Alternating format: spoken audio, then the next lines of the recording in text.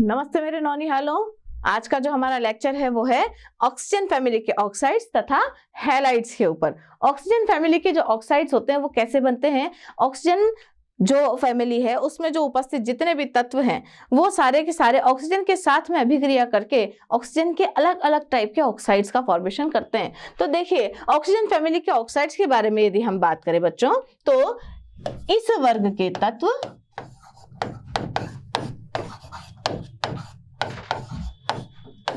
EO2 तथा EO3 type के oxides बनाते हैं।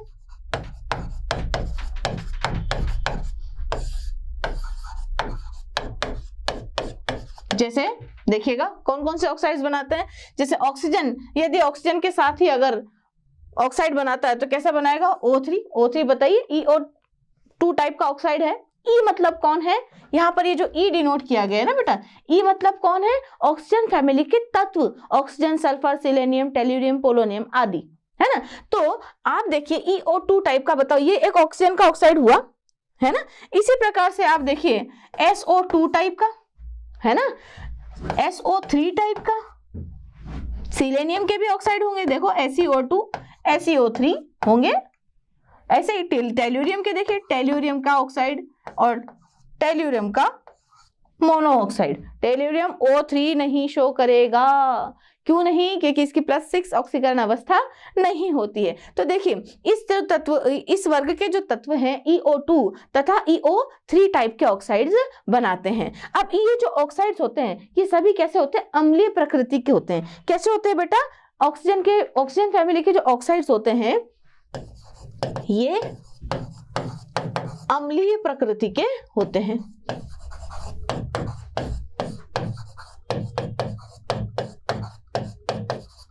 ये अम्लीय प्रकृति के होते हैं। देखिए यदि आप इन ऑक्साइडों की जल के साथ में अभिक्रिया करवा देते हैं तो ये क्या बनाते हैं, H2SO3 बना देते हैं। सल्फ्यूरस एसिड, कौन सा एसिड, सल्फ्यूरस अम्ल, जल के साथ में अभिक्रिया करके क्या बनाया इन्होंने, अम्ल का निर्माण किया है। ऐसे ही देखो SO3 को भी यदि अगर आप H2O के साथ में रिएक्ट करवा देते हैं, अभिक्रिया करवा देते हैं, तो आपको मिलेगा H2SO4। सभी जानते हैं कौन है ये, सल्फ्यूरिक अम्ल।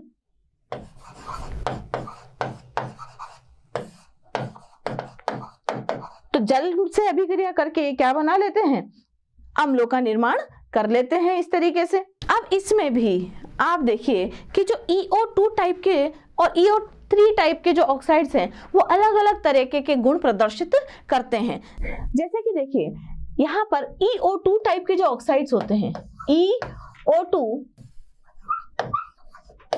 टाइप के ऑक्साइड ऑक्सीकारक गुण प्रदर्शित करते हैं। कौन से गुण प्रदर्शित करते हैं बच्चों, ऑक्सीकारक गुण प्रदर्शित करते हैं। ऑक्सी कारक गुण प्रदर्शित करते हैं, है ना। तो SO2 और SO3 ये सब अलग अलग टाइप के गुण प्रदर्शित करेंगे। अब यदि आपसे कोई पूछे कि भाई SO2 ऑक्सीकारक है या अपचायक है ना, आपसे कोई पूछे कि SO2 ऑक्सीकारक है या अपचायक है, तो देखिए यहाँ पर एक प्रश्न बनता है, यहाँ इसी टॉपिक पे से एक प्रश्न बनता है, क्योंकि प्रश्न वहां से बनते हैं बेटा जो चीज असंगत होती है ना। यहाँ पर अभी आपने बात की है कि EO2 टाइप के जो ऑक्साइड है वो कैसे हैं, ऑक्सीकारक गुण प्रदर्शित कर रहे हैं, अच्छी बात है। पर यहाँ पर SO2 ऑक्सीकारक गुण तो प्रदर्शित नहीं कर रहा है, SO2 तो क्या है, अपचायक है? तो SO2 अपचायक है, जबकि TeO2 ऑक्सीकारक है।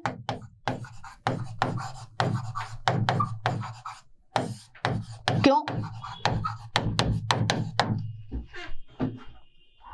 आप जब बोल रहे हो कि EO2 टाइप के जितने भी ऑक्साइड्स हैं वो ऑक्सीकारक गुण प्रदर्शित कर रहे हैं, तो बताओ SO2 को भी ऑक्सीकारक ही होना चाहिए था, ये अपचायक क्यों है? तो कारण समझिए, कारण ये है बच्चों इस प्रश्न का उत्तर देखिएगा कि SO2 में सल्फर की ऑक्सीकरण अवस्था कितनी है? +4 है। बोलिए +4 है। सल्फर की ऑक्सीकरण अवस्था कितनी है? +4 है। ठीक है, तो ये बताइए +4 से +6 पर जा सकता है? मतलब ऑक्सीकरण अवस्था सल्फर की कितनी पाई जाती है बेटा? -2 भी पाई जाती है, +2 भी पाई जाती है, +4 भी पाई जाती है, और ये +6 तक की ऑक्सीकरण अवस्थाएं प्रदर्शित करता है। तो SO2 में सल्फर की ऑक्सीकरण अवस्था कितनी है? +4 है ना। अतः रेडॉक्स रिएक्शंस में, अतः रेडॉक्स अभिक्रियाओं में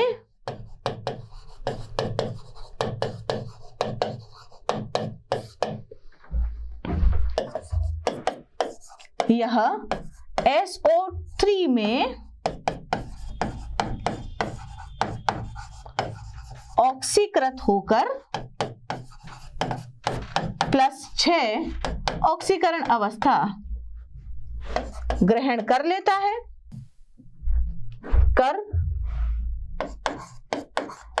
है, और दूसरे तत्वों का अपचयन कर देता है। देखिए सल्फर में, SO2 में जो सल्फर का ऑक्सीकरण अंक है बच्चों, वो कौन सा है? +4 है। क्यों? क्योंकि 2 ऑक्सीजन के साथ में जुड़ा हुआ है। 2 ऑक्सीजन के साथ में जुड़ने की वजह से इसका ऑक्सीकरण अंक कितना हो गया? +4 हो गया। अब +4 ऑक्सीकरण अवस्था में जब ये है तो ये +4 से +6 में भी जा सकता है, बिल्कुल जा सकता है। तो रेडॉक्स रिएक्शंस में क्या होगा? ये SO3 में ऑक्सीकृत हो जाएगा। SO3 में जब ये ऑक्सीकृत हो जाएगा तो इसका ऑक्सीकरण अंक कितना हो जाएगा बच्चों? +6 हो जाएगा। +6 जब ऑक्सीकरण अंक हो गया तो ये स्वयं तो कैसा हो गया? ऑक्सीकृत हो गया। और जो प्राणी स्वयं ऑक्सीकृत हो जाता है वो दूसरे का क्या करा देता है? अपचयन करवा देता है। इसलिए ये क्या है? एक अपचायक है। जबकि TeO2 देखिए, TeO2 ऑक्सीकारक है। क्यों है ऑक्सीकारक? कि भाई TeO2 में टेल्यूरियम की ऑक्सीकरण संख्या +4 है। तो रेडॉक्स रिएक्शंस में क्या होगा? तो रेडॉक्स अभिक्रियाओं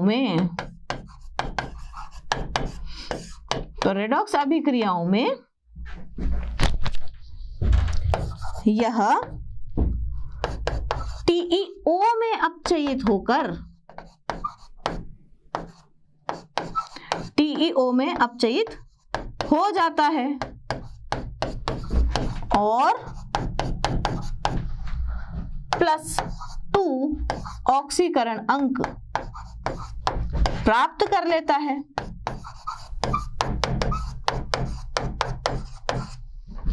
+2 ऑक्सीकरण अंक प्राप्त करने की वजह से यह दूसरे तत्वों का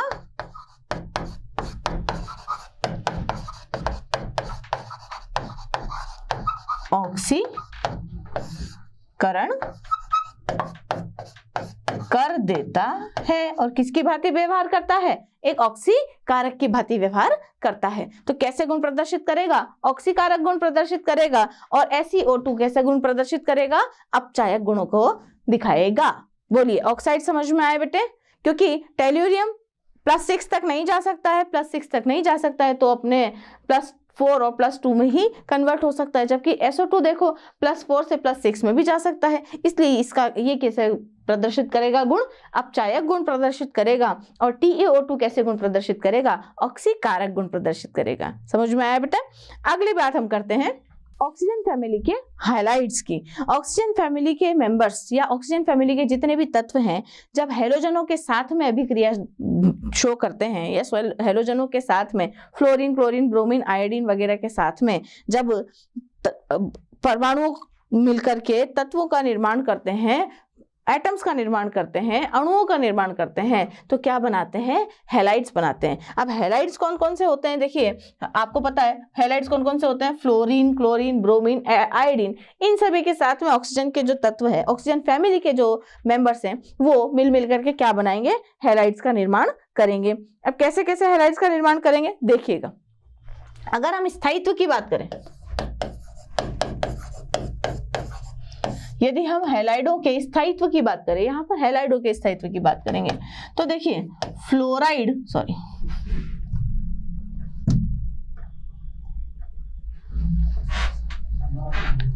फ्लोराइड का स्थायित्व सबसे ज्यादा, फ्लोराइड सबसे सर्वाधिक स्थायी होता है, फिर क्लोराइड, फिर ब्रोमाइड, और सबसे कम स्थायी जिसका होता है वो होता है आयोडाइड। तो यदि ऑक्सीजन फैमिली का कोई भी member in fluoride, chloride, bromide, iodides के साथ में मिलकर के हैलाइड्स बनाता है, जैसे सल्फर का एग्जांपल हम देखेंगे। देखिए सल्फर यदि इनके साथ में मिलकर के सल्फर के फ्लोराइड बनाता है, जैसे SF6, सल्फर के क्लोराइड बना ले यदि SCl6, सल्फर के ब्रोमाइड बना दे यदि SBr6, और सल्फर के आयोडाइड्स बना दे जैसे Si6। तो स्थायित्व फ्लोराइड, क्लोराइड, ब्रोमाइड और आयोडाइड में से फ्लोराइड का सबसे ज्यादा होता है, इसलिए इसके जो हैलाइड्स बनेंगे वो भी सब सर्वाधिक स्थायित्व वाले होंगे। तो SF6, SCl6, SBr6 और Si6 में से सर्वाधिक स्थायी कौन है? SF6। ठीक है, आगे चलते हैं। अब इसका कारण क्या है? कि फ्लोरीन अत्यधिक इलेक्ट्रोनेगेटिव तत्व होता है।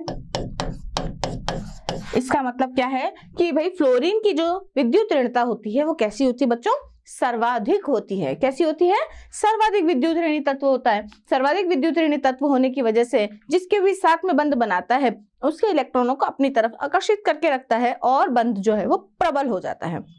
बंध के प्रबल होने की वजह से इसका स्थायित्व भी सर्वाधिक होता है। अब मोनोहैलाइड जो होते हैं ना बेटे, इनके जो मोनोहैलाइड बनते हैं वो द्विलक के रूप में पाए जाते हैं। मोनोहैलाइड्स द्विलक के रूप में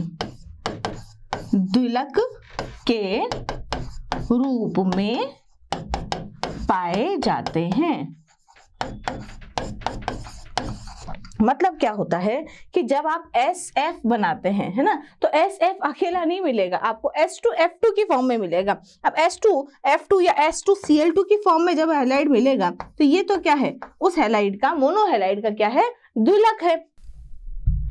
H2Cl2 जब द्विलक के रूप में उपस्थित होगा तो ये देखिए इस तरीके से एक द्विलक का निर्माण करेंगे और यहाँ पर 104 डिग्री का कोण बनेगा। ठीक है, और इनकी एक और खासियत बात ये होती है कि मोनोहैलाइड्स ये असमानुपातन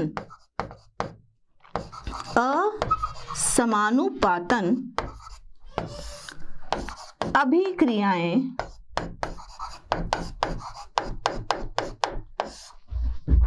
देते हैं। असमानुपातन की अभिक्रियाएं ये देते हैं। किस प्रकार से? देखिए 3 H2Cl2 जब असमानुपातन H2Cl2 जब असमानुपातन प्रदर्शित करेगा तो ये 3 तो सल्फर इसमें से अलग हो जाएंगे और बाकी के जो है वो ये बना लेंगे Cl4, कुछ इस प्रकार से। ठीक है, इस प्रकार से असमानुपातन की अभिक्रियाएं प्रदर्शित करते हैं। यहां आप देखिए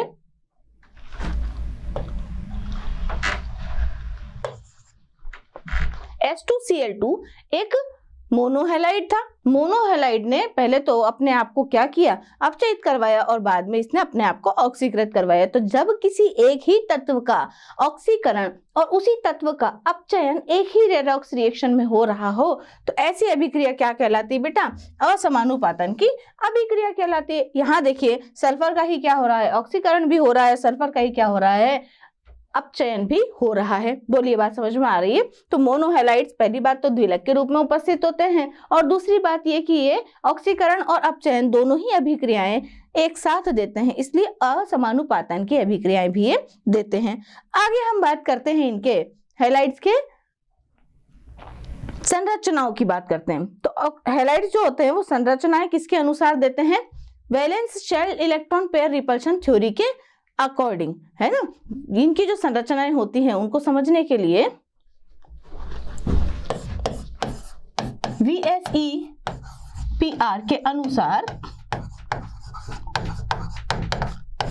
ऑक्सीजन फैमिली के जो हैलाइड्स होते हैं वो लोन पेयर, यदि हम प्रतिकर्षण देखें, यदि हम प्रतिकर्षण का ऑर्डर यदि हम देखें तो लोन पेयर में प्रतिकर्षण सर्वाधिक हो जाएगा, लोन पेयर बॉन्ड पेयर में प्रतिकर्षण थोड़ा कम पाया जाएगा और बॉन्ड पेयर में प्रतिकर्षण सर्वाधिक कम पाया जाएगा। जिसकी वजह से हमें क्या कर रखना है कि बॉन्ड पेयर और लोन पेयर को एक दूसरे से अधिकतम दूरी और न्यूनतम विस्थापन पर रखना है ना। तो अधिकतम दूरी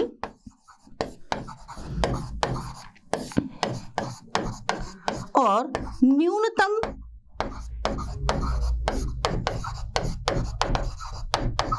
विस्थापन को फॉलो करते हुए VSE valence shell electron pair repulsion theory के अनुसार ही हमें यहाँ पर इनकी संरचनाओं को स्टडी करना है। VSEPR क्या बोलती है कि भाई लोन पेयर में प्रतिकर्षण सर्वाधिक होता है, बॉन्ड पेयर में प्रतिकर्षण सबसे कम होता है, इसलिए लोन पेयर और बॉन्ड पेयर को अधिकतम दूरी और न्यूनतम विस्थापन वाली जगह पर रखना चाहिए। ये अपनी VSEPR बोलती है, शॉर्ट में मैंने इसको समझाया है। अब इसके अनुसार जितने भी हैलाइड्स हैं उनकी संरचनाओं को हम एक एक करके डिस्कस करेंगे। पहले हम बात करेंगे किसकी, सबसे पहले हम बात करेंगे HCl2 की। इस HCl2 की संरचना देखिए, इसमें केंद्रीय परमाणु कौन है बच्चों, सल्फर है। सल्फर के बाह्यतम कोश में कितने इलेक्ट्रॉन पाए जाते हैं, 6 इलेक्ट्रॉन पाए जाते हैं। देखो 2 और 2, ये तो लोन पेयर के रूप में उपस्थित है और एक एक इलेक्ट्रॉन एक क्लोरीन के इलेक्ट्रॉन के साथ में साझा करके सह संयोजक बंध का निर्माण कर रहा है। यहाँ यदि इसका संकरण निकालें तो इसका संकरण आता है बेटे sp3। अब आप जानते हैं कि sp3 संकरण जो होता है उसकी जो आइडियल ज्योमेट्री होती है, आइडियल ज्यामिति होती है, वो तो कैसी होती है, टेट्राहेड्रल होती है, यानी कि कैसी होती है, चतुष्फलकीय होती है। जब चारों के चारों क्या उपस्थित हो, बंध युग्म ही उपस्थित हो तो ज्यामिति कैसी बनती है बच्चों, sp3 की चतुष्फलकीय ज्यामिति बनती है। परंतु यहाँ पर बंध कितने हैं, 2, और लोन पेयर कितने हैं, 2। तो 2 बॉन्ड पेयर्स हो और 2 लोन पेयर हो तब ज्यामिति कैसी बनती है बच्चों, बंकित ज्यामिति बनती है। कैसी बनती है, बंकित या वी शेप्ड। देखिए वी शेप का नजर आ रहा है, वी को हमने उल्टा रख दिया है वी शेप की यहाँ पर ज्यामिति आप लोगों को नजर आती है। क्यों नजर आती है, कारण इसका क्या है, लोन पेयर व लोन पेयर बॉन्ड पेयर प्रतिकर्षण व लोन पेयर बॉन्ड पेयर प्रतिकर्षण के कारण।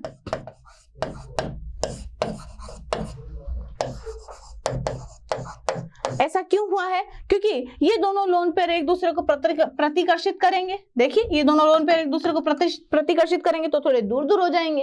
इनके दूर होने की वजह से ये बॉन्ड पेयर और ये लोन पेयर भी एक दूसरे को प्रतिकर्षित करेंगे, जिससे कि बॉन्ड जो है वो थोड़ा नीचे हो जाएंगे। तो बॉन्ड पेयर जो है वो थोड़ा नीचे होने की वजह से ये कैसा हो जाएगा, आपके वी शेप का हो जाएगा और यहाँ पर बंद कोण का जो मान है वो भी कैसा हो जाएगा बच्चों, कम हो जाएगा। ठीक है, तो HCl2 की ज्यामिति के बारे में में यदि आपसे कोई बात करे तो आप इस तरीके की एक संरचना बना करके उसका संकरण, उसकी ज्यामिति और उसका कारण आप बता सकते हैं HCl2 की ज्यामिति में, HCl2 की संरचना में। अगले हम बात करते हैं Cl2O के बारे में। तो देखो अभी आपने देखा HCl2 और अब आप देख रहे हैं Cl2O, ये ऐसा कुछ भी नहीं है, जो जैसा फेमस हो गया वो वैसे लिख दिया जाता है, ऐसा कुछ भी नहीं है।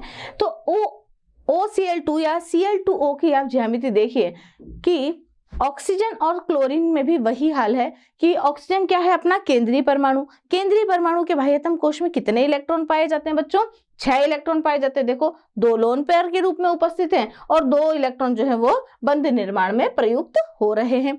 अब बंध निर्माण में प्रयुक्त हो रहे हैं तो यहाँ पर भी संकरण जो निकलेगा वो कितना निकलेगा इसका, यहाँ भी जो इसका संकरण निकल के आएगा वो कितना निकल के आएगा बच्चों? sp3। ठीक है, sp3 संकरण निकलने के साथ साथ इसकी ज्यामिति होनी चाहिए थी कैसी? चतुष्फलकीय, परंतु वही 2 लोन पेयर के प्रतिकर्षण की वजह से और लोन पेयर और बॉन्ड पेयर के प्रतिकर्षण की वजह से इसकी ज्यामिति कैसी हो जाती है? बंकित या वी शेप की ज्यामिति हो जाती है इसकी। ऐसी ज्यामिति होने का कारण क्या है? लोन पेयर तथा लोन पेयर बॉन्ड पेयर प्रतिकर्षण, और लोन पेयर और लोन पेयर बॉन्ड पेयर प्रतिकर्षण की वजह से इसका जो बंध कोण है उसका मान भी कैसा आता है? कम पाया जाता है। तो HCl2 और Cl2O दोनों की ही ज्यामितियां एक समान पाई जाती हैं, दिखने में ये ऐसा नजर आता है। अगले कंपाउंड की अगर हम बात करें SF4 की, इसमें जो केंद्रीय परमाणु है वो कौन सा है बेटे? सल्फर है। अब आपको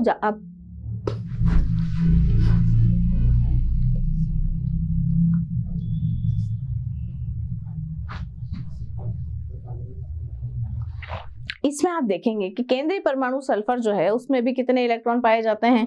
6 इलेक्ट्रॉन पाए जाते हैं। 6 इलेक्ट्रॉनों में से 1, 2, 3, 4 इलेक्ट्रॉन तो यहाँ पर बंध बनाने में प्रयुक्त हो रहे हैं और 2 इलेक्ट्रॉन यहाँ पर लोन पेयर के रूप में व्यवस्थित हैं। ठीक है, अब लोन पेयर के रूप में जब ये व्यवस्थित है तो आप देखेंगे कि इसकी जो ज्यामिति बननी चाहिए थी, कितने बंधों वाली बननी चाहिए थी? 5, क्योंकि इसका संकरण जब आप निकालेंगे बच्चों, SF4 का जब आप संकरण निकालेंगे तो संकरण इसका कितना आएगा?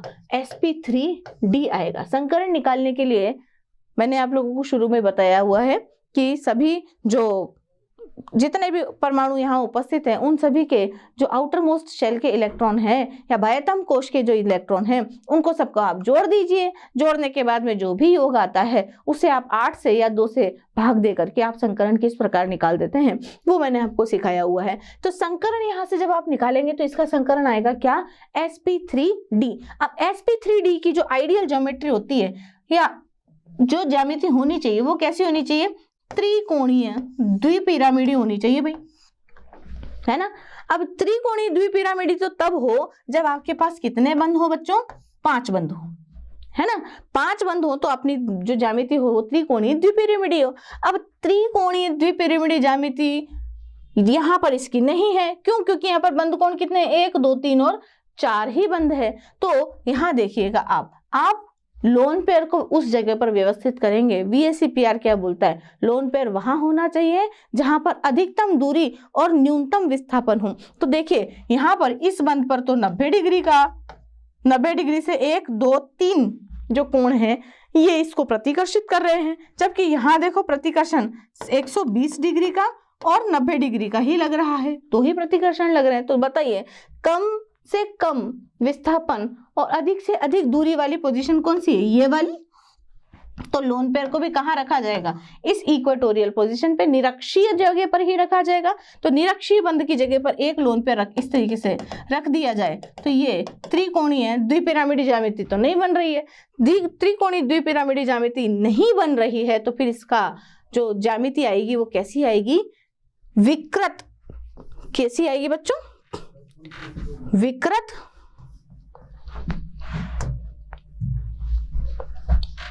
इसकी यदि हम ज्यामिति की बात करें तो इसकी ज्यामिति आएगी बच्चों विकृत पंचभुजीय। कैसी आएगी? विकृत पंचभुजीय या आप झूला झूलते हैं पार्क में जाकर के, सी सॉ पर बैठते हैं, एक बच्चा नीचे चला जाता है, दूसरा बच्चा ऊपर आ जाता है ना, तो आप बोलते हैं सी, और फिर नीचे जाता है तब आप बोलते हैं सॉ। तो सी सॉ जैसी ज्यामिति भी इसकी पाई जाती है, सी सॉ जैसी ज्यामिति भी पाई जाती है। इसको ढेकुली भी बोलते हैं। कैसे, आप क्या बोलते हैं बेटे? ढेकुली स्ट्रक्चर भी इसको बोलते हैं, ढेकुली संरचना भी इसे कहा जाता है। ठीक है, ढेकुली जैसी संरचना इसकी पाई जाती है। और VSEPR के अनुसार valence shell electron pair repulsion theory के अनुसार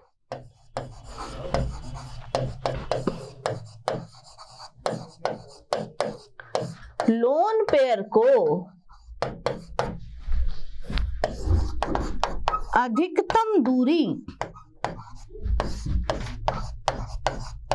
व न्यूनतम विस्थापन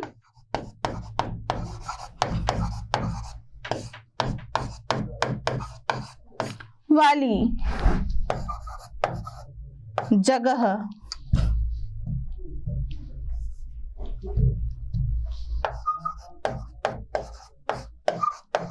पर रखा जाता है।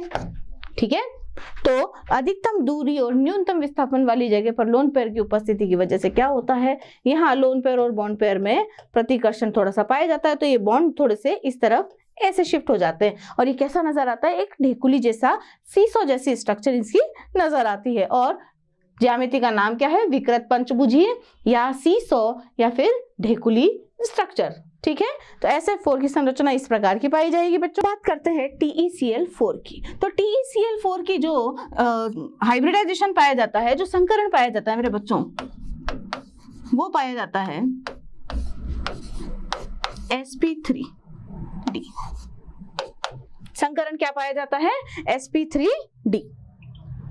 ठीक है, अब संकरण sp3d है, तो sp3d संकरण मैंने आप लोगों को पहले भी समझाया हुआ है कि अगर sp3d संकरण है तो यानी कि 5 बंध कोण होने चाहिए, पर यहाँ पर 5 बंध होने चाहिए, बंध कोण नहीं, 5 बंध होने चाहिए, है ना। बॉन्ड पेयर कितने होने चाहिए, बंध युग्म कितने होने चाहिए? 5 होने चाहिए, पर 5 नहीं है यहाँ पर, तो 4 ही बंध युग्म है, तो फिर एक कौन होगा मेरे बच्चों? लोन पेयर होगा। तो लोन पेयर के प्रतिकर्षण के कारण इसकी संरचना त्रिकोणीय द्विपिरामिडी ना होकर के कैसी होती है? इसकी संरचना या इसकी जो ज्यामिति है वो कैसी होती है?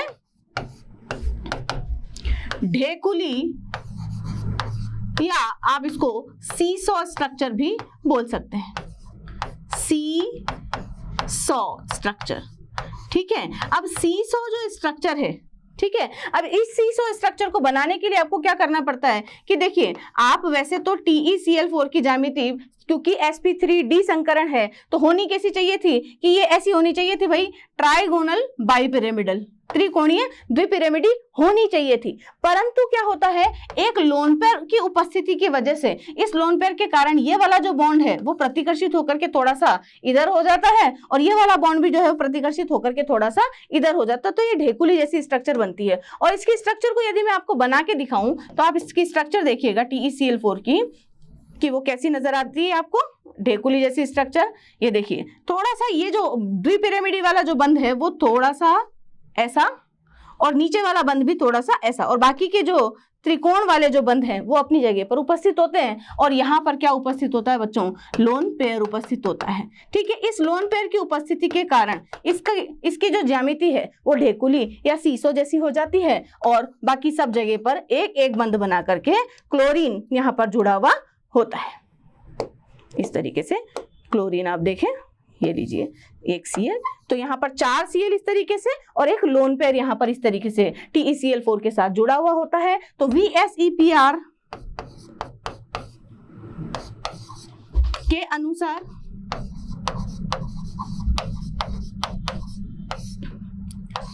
लोन पेयर, बॉन्ड पेयर प्रतिकर्षण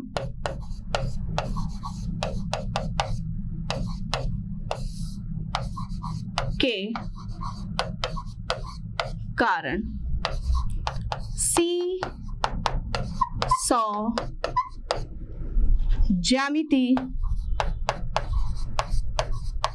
पाई जाती है।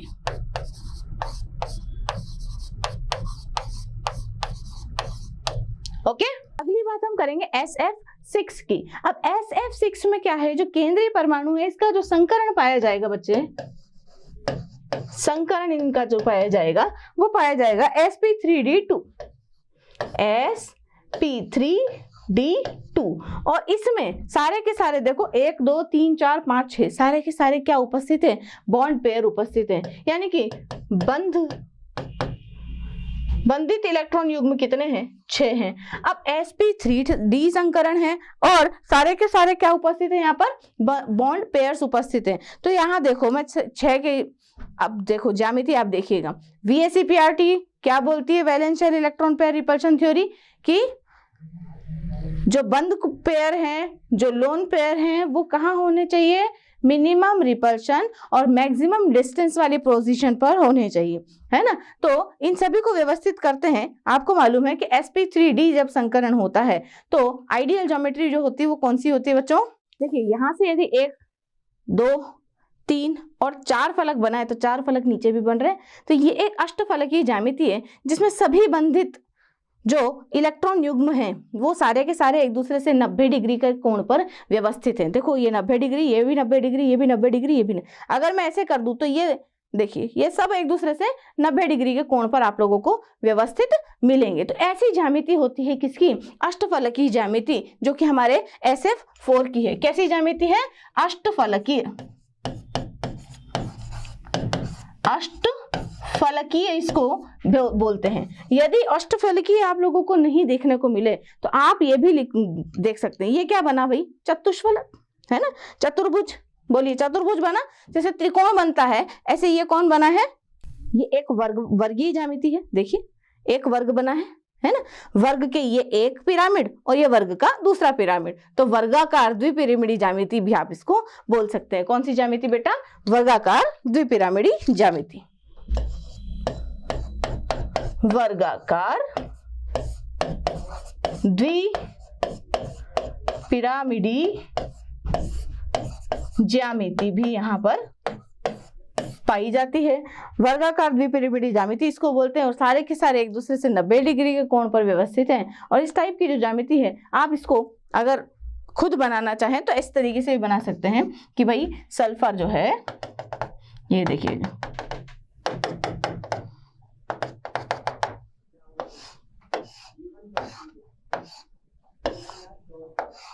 ये एक F, ये दूसरा F, ये तीसरा F, ये चौथा F, ये पांचवा और ये छठा फ्लोरीन। तो एक सेंट्रल एटम जो केंद्रीय परमाणु है सल्फर, इससे कितने फ्लोरीन जुड़े हुए हैं बच्चों, 6 फ्लोरीन जुड़े हुए हैं। 4 तो वर्ग बना रहे हैं और 2 पिरामिड बना रहे हैं। ये अक्षीय बंध है और ये निरक्षीय बंध है, ठीक है। तो SF4 की स्ट्रक्चर आप लोगों को समझ में बना सकते हैं आराम से, कोई प्रॉब्लम नहीं है। तो आज के लेक्चर में इतना ही, आज्ञा दीजिए, धन्यवाद। होप लोग आप लोगों को समझ में आया होगा। अच्छी तरीके से देखिएगा, ये आपके बोर्ड के क्वेश्चंस हैं जो यहाँ पर आप लोगों को समझाए जा रहे हैं। एज इट इज आप लोगों इसका आंसर लिख सकते हो, इसमें कोई काट छांट नहीं है। धन्यवाद। आशा करता हूं हमारे टॉप एजुकेटर का यह लेक्चर आपको पसंद आया होगा। अगर पसंद आया है तो वीडियो को लाइक करिए, चैनल को सब्सक्राइब करिए और शेयर भी करिए, क्योंकि ज्ञान बांटने से बढ़ता है और सही बताऊं तो पुण्य भी मिलता है। मुझे सुनने के लिए बहुत बहुत धन्यवाद। Thank you.